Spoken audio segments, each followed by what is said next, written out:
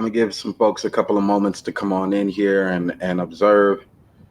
And while I do, let me go to find some music. I'm gonna start in about 5 minutes on this presentation, A Deadly Precedent, American Drone Strike Assassination. You know, this is a tribute to Micah Xavier Johnson, a warrior who was the target of such an assassination, using innovative technologies and war strategies against the American people. It is not a foreign concept. It is something that has been deployed as a viable tactic abroad, but the precedent set here in America in our modern times was with the example of Micah Johnson. So I'm gonna go back over a couple of videos. I know this video will come down, but it shall be available for however long they allow it to exist.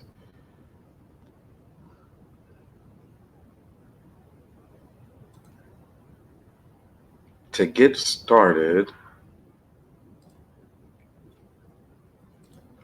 just reshare a couple of the videos that were taken at the time, and then we shall jump into it.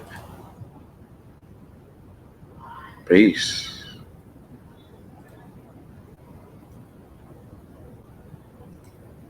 And because this is essentially uncharted territory, it's raising a lot of questions about what this means for the future of robots in policing and the use of force, especially deadly force. Marina? I'm so fascinated, Chris, by this because, like you said, it says so much about the future of policing. But was this robot designed for this particular purpose? No, this is a bomb disposal robot. It's the same type of robot that you've seen that gets wheeled out when there's a suspicious package or if there's a device that they need to detonate it. It's not safe to do it with a person. It's a remote controlled device. The dude said use of force. Interesting, right? It's a deadly precedent because policing Back and now use from of Dallas, force. where police ended the deadly siege in the city last night by using a robot with a bomb to kill the ambush suspect. It's a tactic straight from America's wars in Iraq and Afghanistan. As NBC's Tom Costello reports, it appears to be the first time police have ever used a robot bomb on U.S. soil. With 5 officers dead, 14 people injured, and unable to get a clean shot, Dallas police turned to overseas battlefield tactics to take out the gunman, using a robot to deliver, then detonate an explosive. Other options would have exposed our officers to grave danger. In recent years, SWAT teams have come to rely on robots. Absolutely. Now, with that as a precedent, I want you to observe this video and remember that it's all interconnected. We're talking about the drone strikes. There was so much context that we could provide, but I want you to observe this one, which was actually first released about a year after the Micah incident, and tell me what your thoughts are there in the comment section. Hey, Jeremy, can you hear the audio coming out well from the videos that are being shared? If so, just say either yes or throw a 1 there in the chat. And let me jump into it. So this one is one of the ones that really was the most eye-opening for me when it came to understanding the dangerous precedent of drone strikes and using that as an innovative technology, and then merging that concept of using technology into our modern criminal justice system, one that does selectively target African Americans. Take also into consideration the presentation from this morning, which was regarding the new HR bill 3106, and how they are looking at social media and those different channels to identify folks. They won't share the information, the protection of the white nationalist groups. They won't reveal the information that we could use to protect ourselves, but at the same time, we know they have it. Check out this video. Leave your thoughts and comments down below. Hopefully this video is allowed to remain, but I did reshare information that was already currently available. and there is often a policy against it. So watch this one. Customer pilots directed almost 3,000 precision strikes last year. We're super proud of it. It allows you to separate the bad guys from the good. It's a big deal. But we have something much bigger.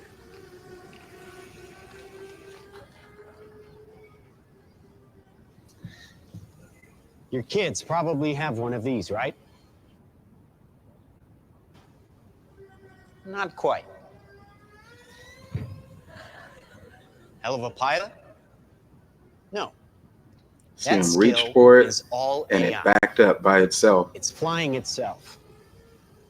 Its processor can react 100 times faster than a human.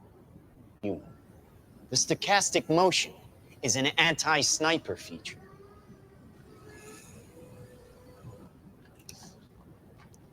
Just like any mobile device these days, it has cameras and sensors, and just like your phones and social media apps, it does facial recognition. Inside here is 3 grams of shaped explosive. This is how it works.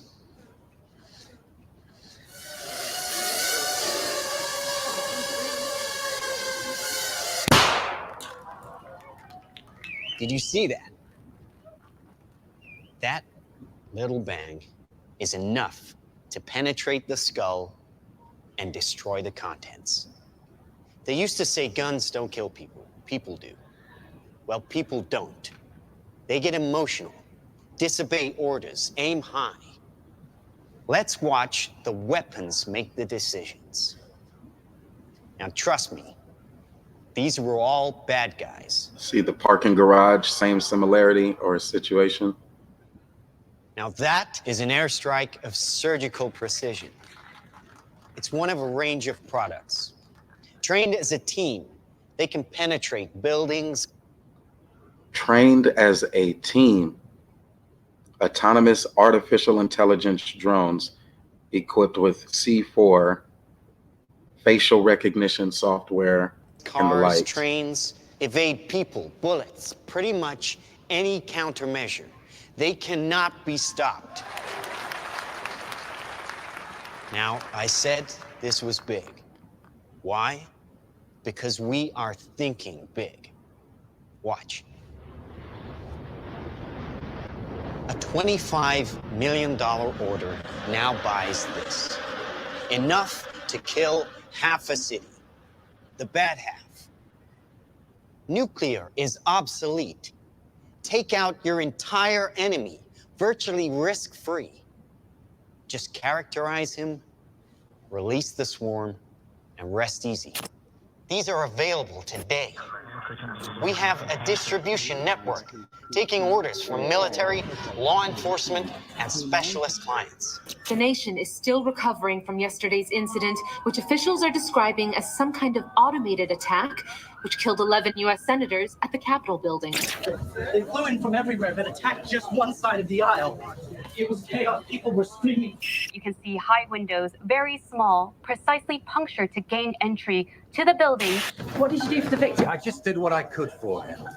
Things weren't even interested in me. They're just buzzing. Government sources admit the intelligence community has no idea who perpetrated the attack, nor whether it was a state, group, or even a single individual. So if we can't defend ourselves, then we strike back. We are investing very heavily in classified defense projects.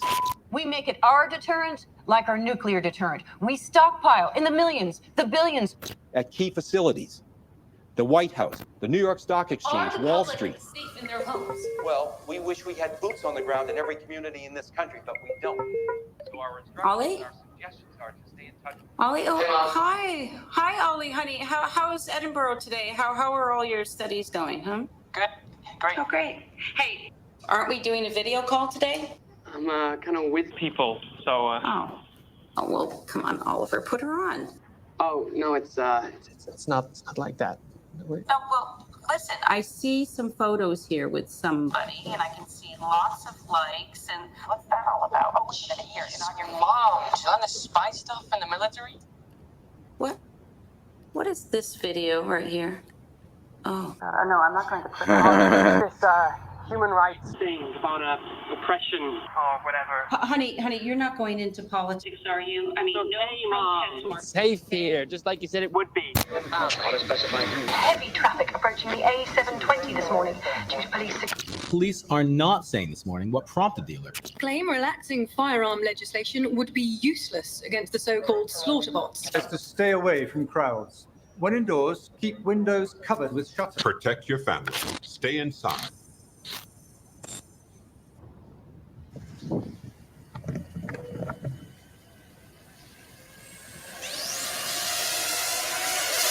he made them dudes look like Russians.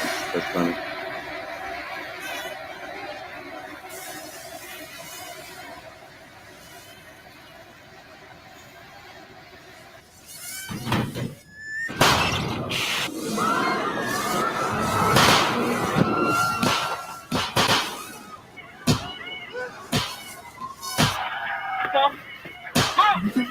Can you hear me?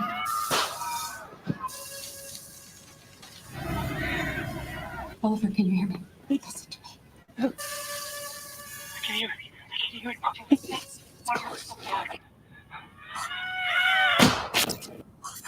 Authorities are still struggling to make sense of an attack on university campuses worldwide, which targeted some students and not others.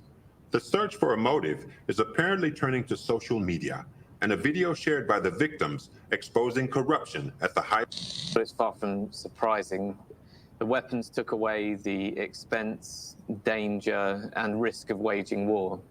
And now we can't afford to challenge anyone, really. It's not even the smallest fringe group or a crank. Who could have done this? Anyone. Dumb weapons drop where you point them. Smart weapons consume data. When you can find your enemy. That one. With the facial data, social media, the concept. Using data, even by a hashtag, you can target an evil ideology right where it starts.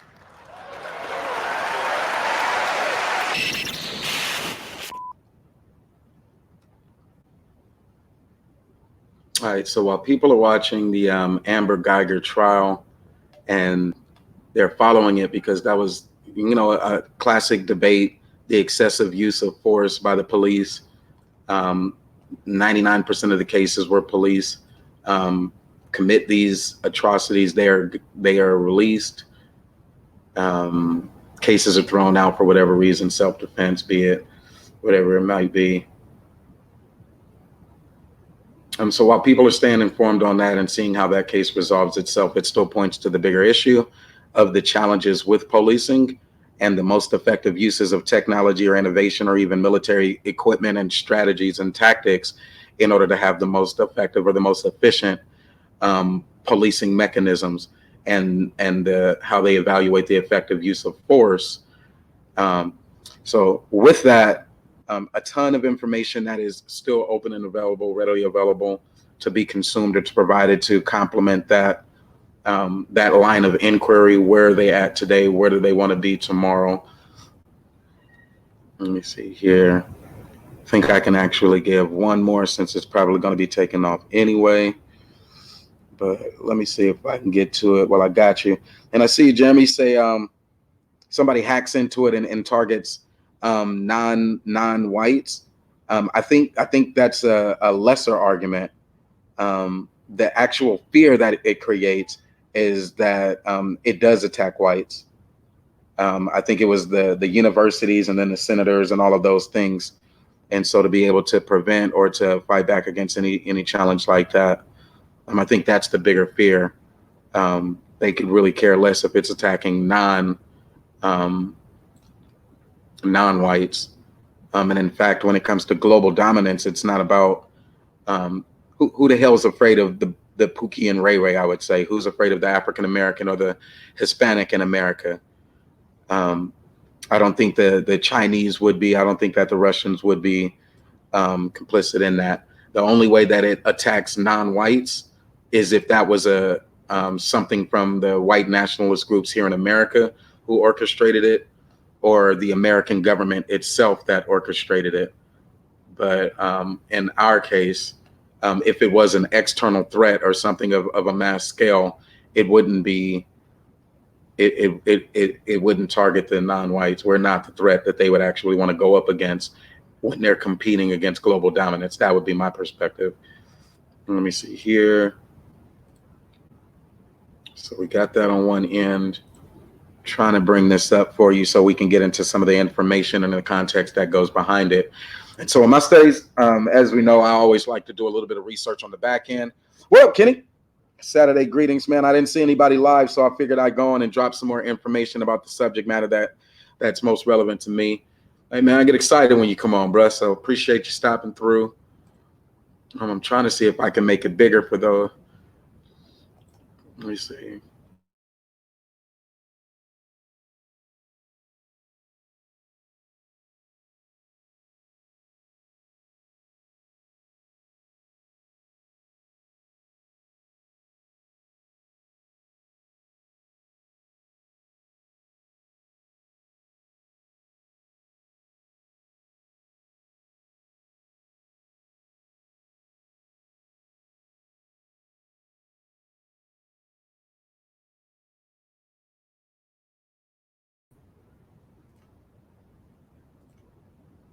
Every time I get into a good build, it just drops the information or drops the screen. My bad, we're working on it. All right, so here it is. In doing the research, I found some reports and things that were available that went all the way back to the Obama administration. The reports that leaned on the moral consciousness of using drone strikes in theaters abroad. And so that was the question. They said President Obama, this was his weapon of choice, was the drone strikes. And even then I was like, that's a dangerous precedent.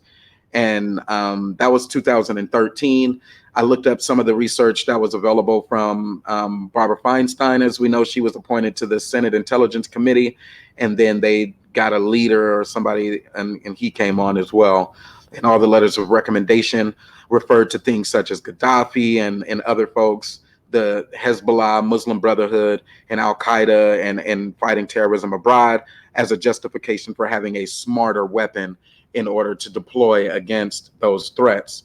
So on the show that I provided, on the information that I provided earlier was looking at HR 3106 and how they were also looking at domestic and international terrorism from their lens and creating a database and annual reports on domestic terrorism or international terrorism. The different things that they're looking at are the people involved, the places, the spaces, the property damage, impact, all of those different things that go with it. And in that report, I found what I believe to be some discrepancies there on the sharing of that information. So on one end, they're saying we want to use all sources of information that are available to create a metadata set that allows real-time alerts and awareness of domestic and international terrorism. So mapping data, satellite imagery, interconnected networks and communications networks, as well as the supply and logistics and everything that's needed to have a response ready for domestic and international terrorism. And in that, you see the precedent of drone strikes because they're unmanned aerial vehicles. They're getting the economies of scale to make them in mass and to mass produce them. And dealing with the moral compass, they had President Obama, who set a precedent with over 200 something drone strikes initiated, and looking at the use cases as the drone strikes were initiated. How smart were they? The moral compass hinged on, well, are you hitting civilians, non-military combatants? Some of the other topics, if you look it up, you would see the drone strikes in the form of assassinations and how those assassinations are carried out or approved or authorized. And so here, the issue was from the HR 3106 said that the domestic terrorists, they couldn't release the name of the people, or they couldn't even have the report or the database include personally identifiable information unless the person was convicted of a crime, and then going back to 1995 and then forward from there to see those people who were related to a crime. So any of those people who had been convicted of any of those crimes. Now couple that with the mass investment into drone strike capabilities and policies to target those that they want to identify.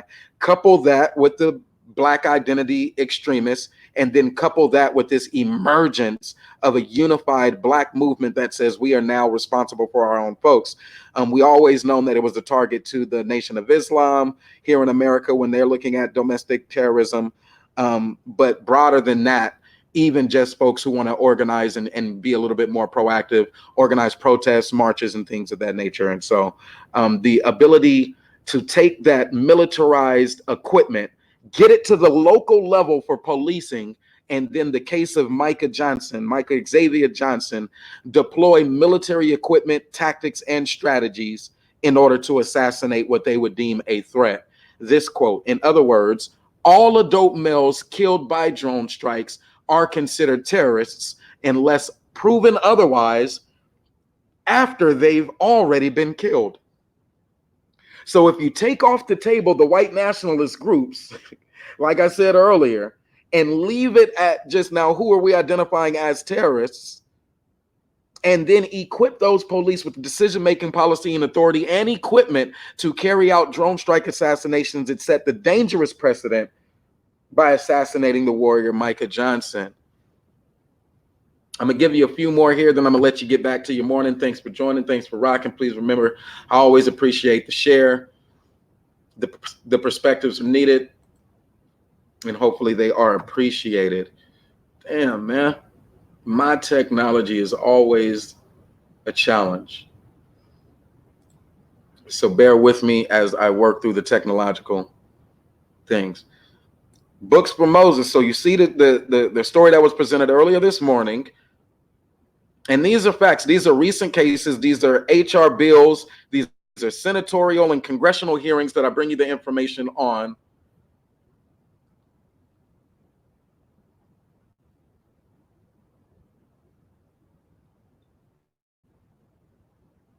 Damn, where's my joint at? Man, I just had it up.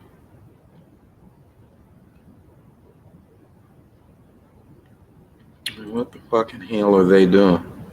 It was probably that new video right there at the top. Let me see. So some of the content that I've already delivered, as you see, the mass Texas, again, multiple active shooting scenarios, still stems from Texas. Brother Micah was another example of from Texas, where they actually deployed military robot to go in and assassinate that brother. Where is my freaking video? Damn, man. These people doing weird ass shit, bro.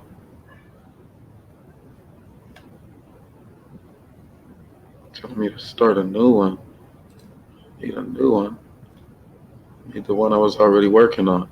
All right, so that was the 2013 New York Times quote when they were referring to the after they've killed them, then they can come back and, oh, you know what I can probably do? Let's view this as a slideshow and see if that helps. You know, because the extra large icons are not giving me the information as I would like to see it.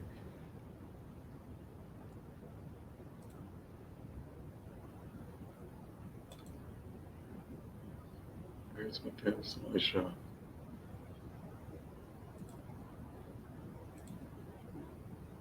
Damn, man.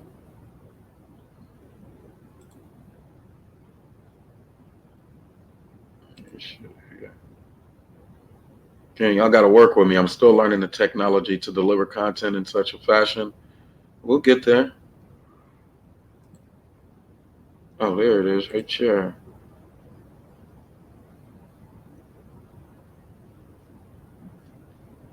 Oh man, I think it put it on the wrong freaking page. Yeah, it brought it up on my other screen.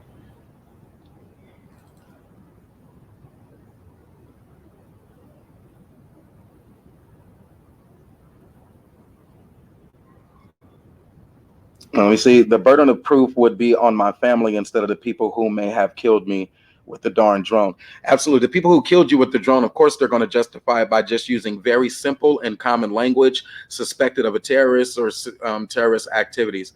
Now, unless you were committing a crime, so they wouldn't have just the means.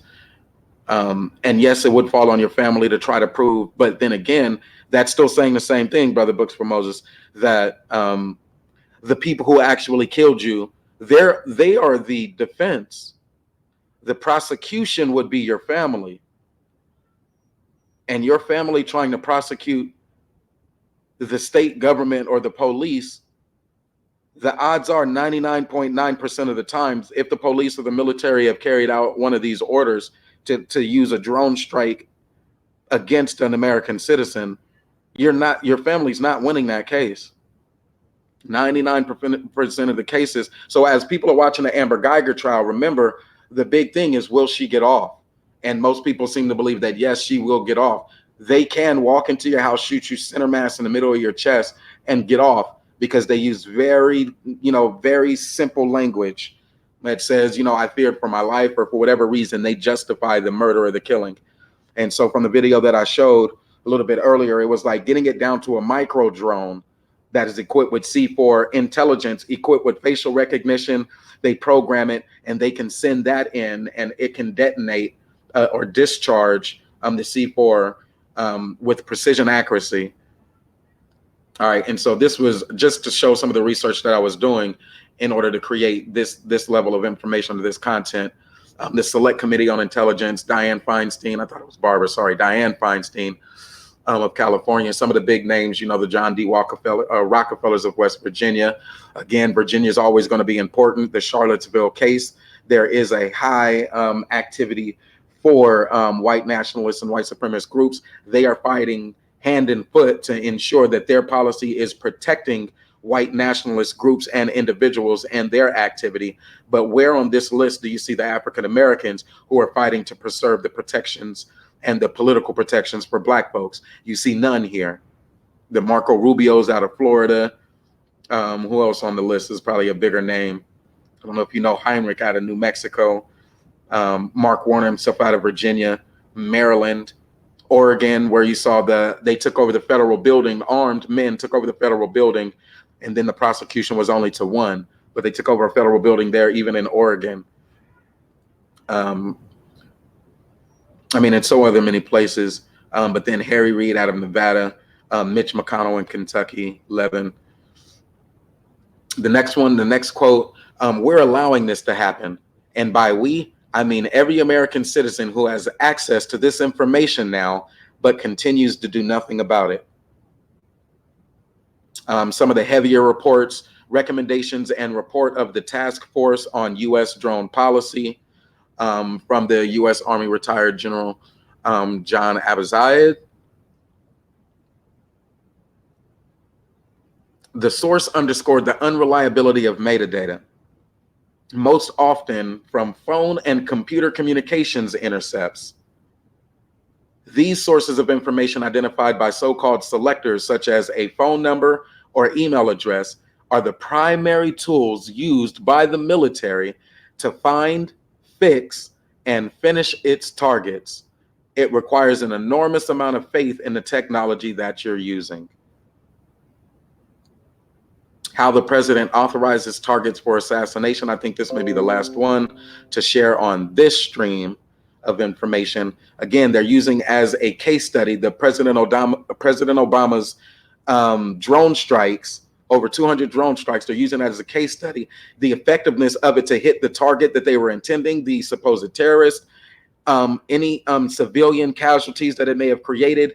And then that was 2013. In 2016, the precedent set by assassinating, using drone strike assassinations on an American, Micah Xavier Johnson. And then into today, the militarization of the police force, use of deadly force. Should more police departments deploy equipment like this to target individuals in their community who they consider high value targets? HR 3106 points out the protections that would be afforded to the white hate groups and taking them completely off the list and out of the databases, but those convicted of a crime still being on those lists. And then incorporating metadata or your Google, Facebook, YouTube, and other channels to be able to adequately, and then your your communications, Samsung and Apple, to be able to target those who you feel should be targeted for a drone strike assassination inside of America. And so from that, it said, it has been widely reported that President Obama directly approves high-value targets for inclusion on the kill list. But the secret ISR study provides new insight into the kill chain, including a detailed chart stretching from electronic and human intelligence gathering all the way to the president's desk. The same month of the ISR study was circulated, May of 2013, Obama signed the policy guidance on the use of force in counterterrorism operations overseas. A senior administration official who declined to comment on the classified documents told The Intercept that those guidelines remain in effect today. So again, in a nutshell, mass production of the capabilities of artificially intelligent drones that leverage facial recognition software and social media, the Google, all of the analytics as a form of metadata to create a list. And then the bill that was passed that says we cannot include personally identifying information on those lists unless the person had been convicted of a crime. Using it, this bill that was passed was about domestic and international terrorism. And so the networks that are there exist, social media, Facebook, and all of those other ones, using them to have the data. And then the idea is, should this type of military tactic and equipment be deployed to the same police force that is yet to reconcile issues of violence against the Black community and direct targeting against the members of the Black community? So the Black community does not have the leadership there that says, well, how do we protect African Americans from inadvertently or directly being added to these kill lists? So if you think it works in your favor, books for Moses, because you may not have a felony, remember that they don't need you to have a felony because you don't have protection. You don't have equal protection under the law. And like the first quote says, the only way that they would be able to validate you, sorry, I do get passionate, not that one. In other words, all adult males killed by drone strikes are considered terrorists unless proven otherwise after they've already been killed. So if you think the odds work in your favor because you're Black, white, yellow, Mexican, Asian, green, gay, straight, whatever it is, don't let it fool you. You are absolutely not protected. The ones who are actually fighting for political protection, as you saw in the bill that I showed you earlier, those are the white nationalist sentiment groups. Those are the protected, the JB Gunners or whoever it is. RBR is live now. That's why I just brought the name up as an example. But niggas have never been protected from the use and the unfair use of militarized police forces. Not since the 1990s, the mid-90s, which was the crime bill or the crime act that was passed. And you saw how they selected a crime, made that crime punishable by law, increased the amount of policing and the militarization of the equipment, surveillance, guilty by association. Not you, but who you may have identified with back in 2010 on a social media YouTube platform. You don't have protection. And where are the Black leaders to afford us the similar protections that are afforded to other citizens? So while they're watching the Amber Geiger trial, what it was a police officer off duty who walked into a Black man's house and killed him point blank range and said, well, I was afraid for my life because I thought I was going in my apartment. It doesn't matter what she said. Do the police have the authority to go into your home and kill you?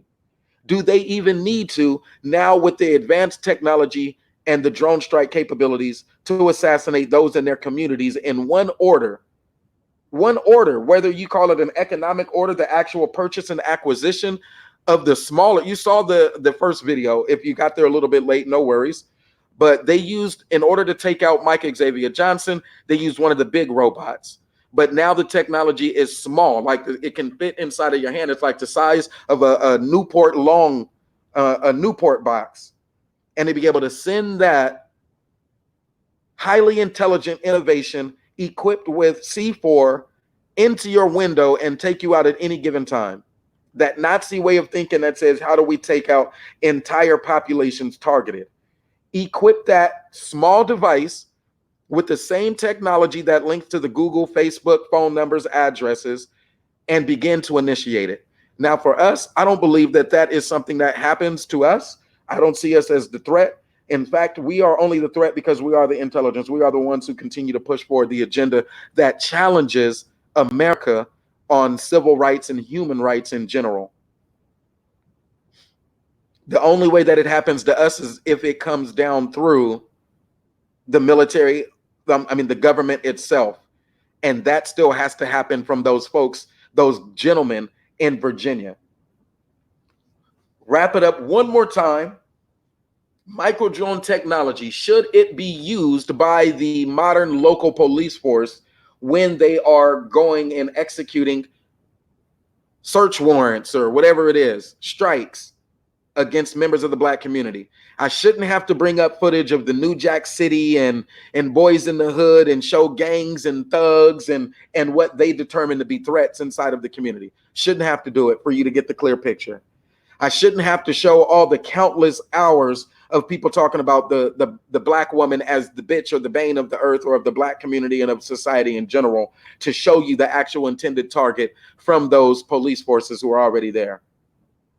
The question is for you to consider: micro drone technology equipped with C4 and artificial intelligence, facial recognition software, should it be deployed on a local level to target the enemies or the determined enemies of the state? That's the information that I had to bring today. Salute to the warrior, Micah Johnson. Are there warriors in the Black community? Absolutely. And if there were not warriors in the Black community, then they would not have any need for this micro drone technology in warfare, for it to be deployed on a domestic level. With that, I'm going to stop sharing the screen.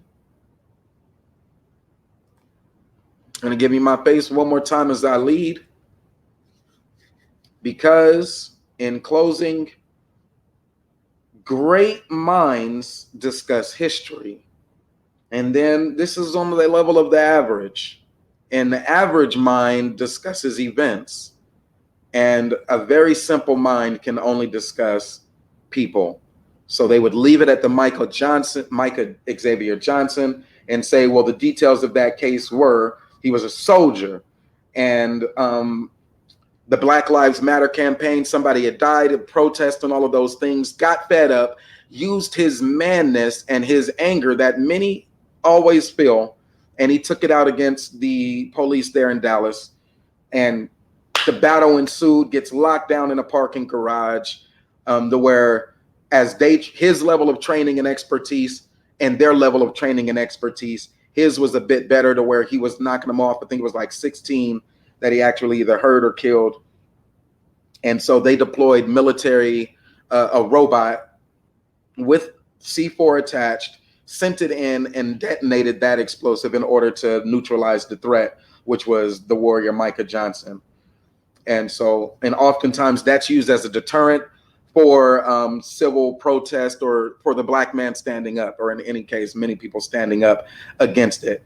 So you won't join the protest. You won't join the march. You're not marching to you're not marching to the city hall if they kill a Black man. You're not going to meet at the church where they're trying to assemble and say, what are our next steps?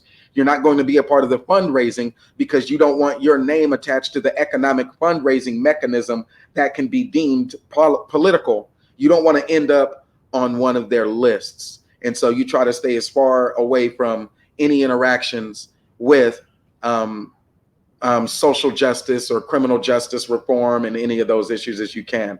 I get that. Not everybody's meant to be a warrior.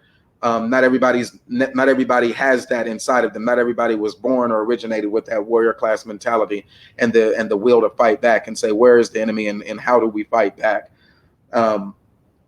Definitely know everybody's not built like Micah Johnson to say, let's make the fight physical and take the war in a physical shootout with the police. That's not where everybody is. But for those who just want the information and say, look, this is a very pressing issue. It's going through bills this week. They're still considering it, and they're smart.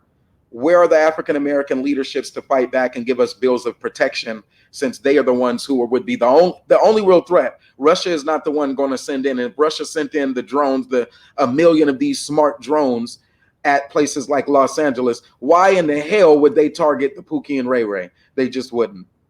So the only one who would actually do it would be the gentleman from Virginia or the gentlemen from Mississippi. It would be our own government officials and their money, their deep pockets, and their deep legacy of mob rule and of targeting Black communities and Black spaces. That would be the only way that it's actually deployed en masse against the Black community, is if it's our own white American politician citizens. And in that regard, where is the NAACP? Where is the Congressional Black Caucus? Where is the Black Church or the Baptist Convention? And they're using the moral compass as a lens to provide a broader stroke pen of protection for the Black community in these areas. I mean, if you don't get all of those different things, I don't know how to break it down any smaller than that. In terms of protecting ourselves, we shouldn't have to have a Micah Johnson, but it does seem like we need more Micah Johnsons. We shouldn't have to have a armed and ready militia of Nation of Islam to come and protect brothers like Jay-Z or others at all times of the day from threats like the gentleman in Virginia and the gentleman out of Mississippi who would pen bills with the protection of white nationalist groups written inside the bill, but the targeting of the African Americans here in America still laid out there as they're looking at domestic terrorists and how they can combat domestic terrorism. They can keep it precisely written due to the crime bill of 94 and its execution all the way through the 2000s. They can keep it precisely on Black bodies. And we have no one there willing to fight those battles. And the only person that was called of color to testify on that violent thing as they were drafting this new bill was Candace Owens. And she immediately goes in and says, well, no member of this board, of this committee, is a white supremacist or defends white supremacy. And white supremacy is not a big issue, and it's not a challenge for Black folks as they continue to mass produce drones that are this smart. And then as they continue to not just manufacture the equipment from a military purpose, but to equip the local and state military, local and state police with the military equipment and tactics and strategies to deploy a more efficient and a more effective execution of a kill list. So that's what's actually happening in objective reality, is that they are investing in the technology and the capabilities. They do have the policies and guidelines that are active even today to deploy that information. And we already know, as we are watching live, the Amber Geiger trial live. Anyway, they can call it the Amber Geiger trial, but not the Botham trial. He was the one killed. So again, he was the one killed, but it's not about him. The person that killed him, will they be prosecuted? Will the execution of force going into the man's home and killing him, that's what's on trial. He's not on trial. He's just the one that was killed. The African Americans who had been locked up for medicinal marijuana cases and are now could be added to this kill list, they're not the ones they're the ones who are dead. But what is actually on trial here, in case you're unclear, is whether or not the use of this militarized tactic and equipment should be deployed at the local and state level. A kill list, a drone strike assassination kill list. Is that the reality that we live in? Yes, that's what's actually being debated. Those are the bills that are passing while we're talking about impeachment in Ukraine and motherfucking K. Michelle and all type of other weird ass issues, weird people while we're debating those things, these are the bills that are being passed. And so I thought I would bring that to the forefront. Hopefully we have the B1 network and members of the B1 network who also pick it up and chime in and see what they want to add to the conversation, at least put it in the airways for consumption amongst those who are a part of their subscriber base to say, man, what do you think about this? How do you interpret it? What do you break it down to mean? As you look at it from a military lens, when you're doing your research drone strikes or military drones and see what the latest information is about the military drones. And you'll be like, damn, this brother is right. He's on it. Research the companies that they are using to create it. The Northrop Grumman's, the Boeings, the research those companies. Raytheon. I can name drop the companies and I can tell you their CEOs are, but that level of information gets a little bit deep and convoluted. You may not want to know who they are as much as what is the point. We can give you exact evidence of the places where there have been police violations of the law or where there are cases of debate or a case study where excessive force has happened. And what was that excessive force? What were the circumstances of that excessive force when they killed Stephon Clark there in Sacramento? Chased him all the way to his grandmother's backyard and said, oh, I thought his phone was a weapon, and thus killed the man. And so looking at excessive force and what does that look like? Where the next day when there was the protests, they brought out some of that military equipment, the big SWAT trucks with the big machine guns or 50 calibers or 240 Bravos attached, the pepper spray and the riot patrol. Those police who are a part of that riot patrol, they are a protected class, but not the people who are getting gunned down in the streets and not the ones who are being arrested for a civil protest. So what do you want them to do? Stop with the rubber bullets and send in these drones, these micro drones? If you would say, no, I don't want the police to be equipped with these micro drones, then you would also then have the tendency to fall on into this category. Damn, they are not giving me back usage of this screen that I would have shown. But the one that says those who have access to this information and still continue to do nothing. What about those folks? Anyway, that's all I got for now. 46 minutes in-depth conversation, but let me make sure I check in with the folks who are in the chat. Police substations here in Seattle already have drones to patrol the neighborhoods. They came out last year. And even before that, it was, what is the commercial use? You'd be driving up the highway and you'd be doing 85 miles per hour on those spaces where it was like the speed limit was 70. And then you'd see a sign that says, protected by drone or something like that, or speed limits enforced by drone. So yeah, the drones are there. Those ones are for commercialization in the criminal justice space, not for the enforcement of a what is them damn things called? A warrant. Not for a no-knock warrant, not for invasion of a home like the Amber Geiger case. Going into a home, if it's not safe for Amber Geiger to go in, should they just send in the drone to neutralize the threat or the perceived threat, and then work out whether or not that threat was actually a threat after that threat has been neutralized? You'll have some even inside the black spaces that say police need access to all the equipment and resources that they can in these incidents to protect the lives of the police officers. They will immediately side with the side that says, yes, give them the drone capabilities armed with C4 or whatever it is in order to go in and take them out, neutralize the threat. You will have black folks inside of the black YouTube space who go in and immediately say, yes, the ABLs.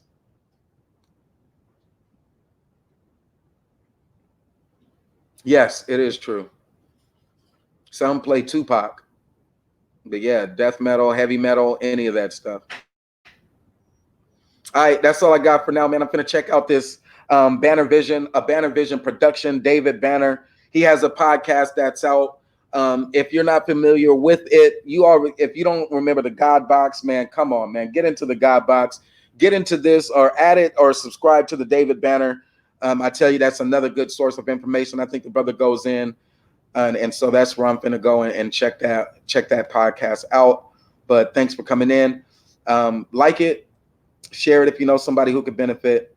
Peace, brother, and black first.